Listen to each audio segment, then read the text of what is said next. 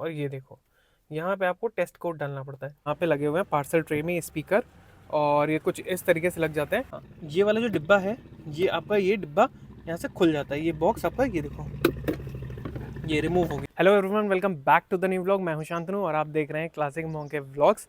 आज मैं आ चुका हूं एक और नया बढ़िया सा व्लॉग लेके।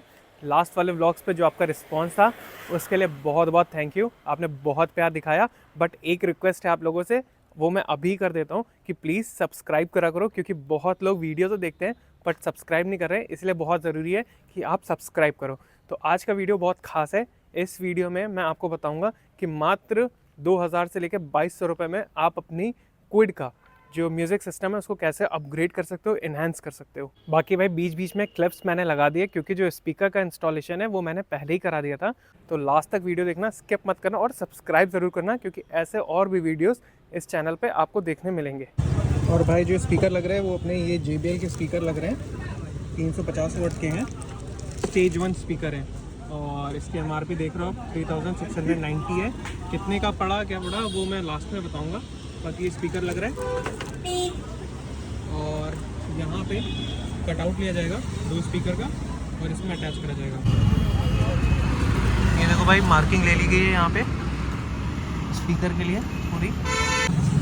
ये देखो भाई, कुछ इस तरीके से आ जाएगी आपकी मार्किंग। आपको ऐसी मार्किंग लेनी है जिससे आप इसको कट कर सको। तो भाई अगर पीछे से देखो, सबसे पहले मैं पीछे से ही व्यू दिखा देता हूँ। यहाँ पे लगे हुए हैं पार्सल ट्रे में स्पीकर, और ये कुछ इस तरीके से लग जाते हैं। ये ओरिजिनल पार्सल ट्रे है जो मुझे RXL ऑप्शनल मॉडल के साथ मिलती है। तो इसी को मैंने कट करवाया और इसी में अपने स्पीकर लगवाए, और काफ़ी नीट और प्रॉपर फिटिंग हुई है। ये देख रहे हो, एकदम हिल नहीं रहा है स्पीकर, यहाँ से एकदम फिक्स है यहाँ पे। और नीचे से भी अगर आप देखो तो ऐसा कुछ वायरिंग दिखती नहीं है।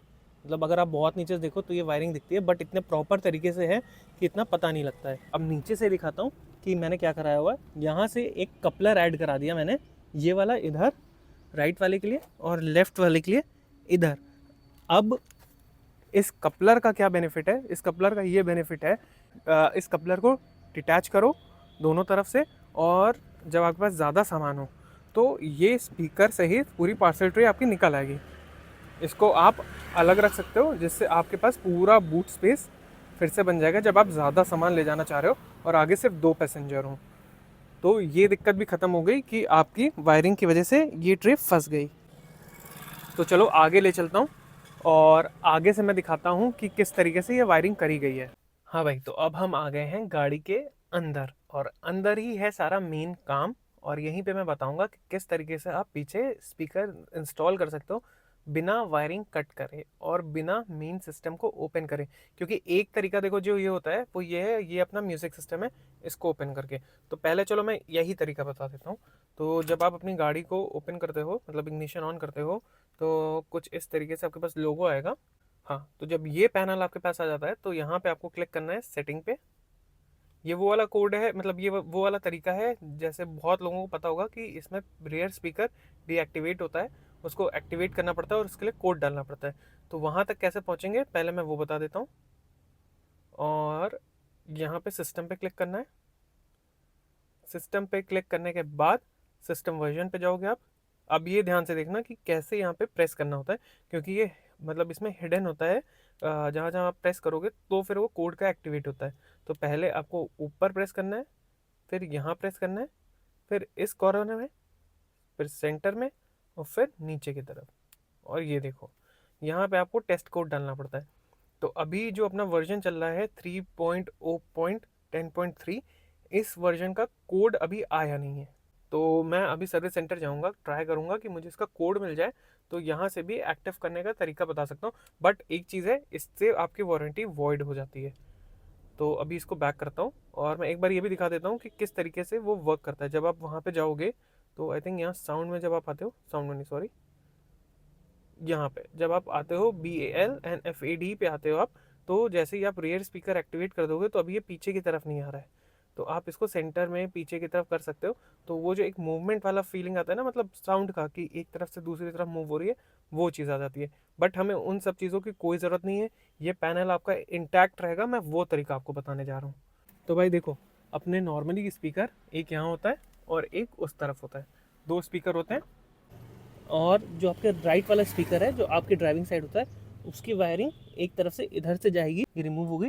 तो यहाँ पे अगर मैं दिखाऊं तो देख पा रहे होगे ये ग्रीन वाली जो वायरिंग जा रही है, ये वायरिंग मैंने यहाँ से इसकी करवाई है। इसको वापस से सेट कर देता हूँ, काफ़ी इजी रहता है। ये देखो कितने आराम से वापस सेट हो गई। यहाँ से अंदर होते हुए ये सारी बिडिंग हटा के यहाँ से पीछे की तरफ प्लास्टिक के नीचे से होते हुए ये आपकी यहाँ से पीछे से जाएगी। उसके बाद लास्ट में इधर की तरफ से सीट को नीचे गिरा के इधर से पीछे जाती है। अब मैं लेफ़्ट का भी दिखाता हूँ, देख रहा हो उधर जो लेफ़्ट से है वो भी इसी तरीके से है, बट उधर में एक थोड़ा चेंज रहता है। वो चेंज क्या रहता है वो मैं दिखाता हूँ। तो भाई इधर वाले में क्या है कि जब आप एक ग्लव बॉक्स खोलते हो, थोड़ा सामान है इसको मैं निकालता हूँ। हाँ, ये वाला जो डिब्बा है ये आपका, ये डिब्बा यहाँ से खुल जाता है। ये बॉक्स आपका, ये देखो ये रिमूव हो गया। अब इसके पीछे आपके सारे फ्यूज़ और सारी चीज़ें रहते हैं। और ये जो ग्रीन वाली वायर देख रहे हो ये ऊपर लेफ़्ट वाले का कपलर है। राइट वाले का कपलर आपको आसानी से नीचे से मिल जाएगा। लेफ़्ट वाले के लिए आपको ये बॉक्स खोलना पड़ता है जिससे ये फ्यूज़ और ये सारी चीज़ें एक्सपोज होंगी। तो आप सिंपली उस कपलर को निकलवाओ और उससे डायरेक्ट इस वाले स्पीकर से अटैच करा दो, तो काफ़ी ईजिली हो जाएगा और आपको ये चीज़ नहीं खोलनी पड़ेगी। और नॉर्मली जब हो जाए तो ये देखो कितनी आसानी से ये सेट हो जाता है। एकदम आसानी से आप इसको यहाँ पे बैठा सकते हो। ये देखो ईजिली सेट हो गया, ना कोई आवाज़ करेगा ना कुछ। और उसी तरीके से यहाँ साइड से जैसे उधर बिडिंग का बताया था वैसे ही ये बिडिंग के अंदर से पीछे की तरफ आप वायरिंग को ले जा सकते हो।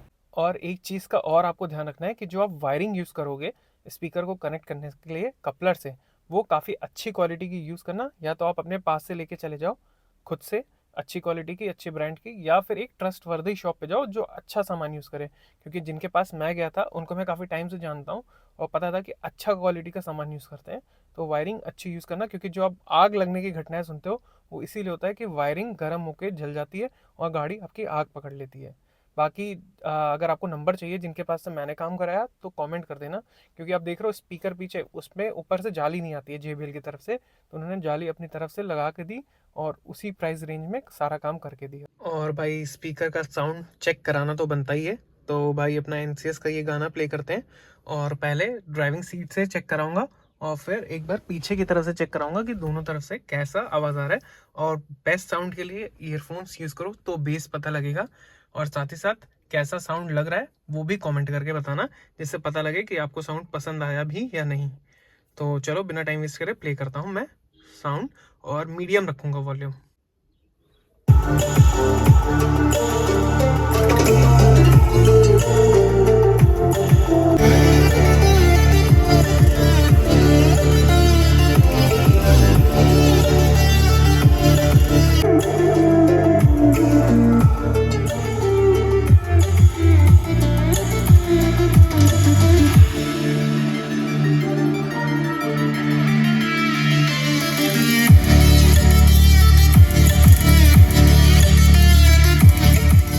सो आई रियली होप कि आपको ये वीडियो पसंद आई है, और अगर पसंद आई है तो लाइक के साथ साथ सब्सक्राइब करो। और अगर कोई भी क्वेश्चन है कि कैसे इंस्टॉलेशन करना है, उससे आपको कोई क्वेश्चन लग रहा है या कोई और तरीके का मॉडिफिकेशन कराना है, तो उसका भी अगर आपको कोई क्वेश्चन है तो कमेंट कर दो। तो यहाँ तक वीडियो देखा उसके लिए बहुत बहुत थैंक यू। मिलते हैं नेक्स्ट व्लॉग में, तब तक के लिए बाय बाय।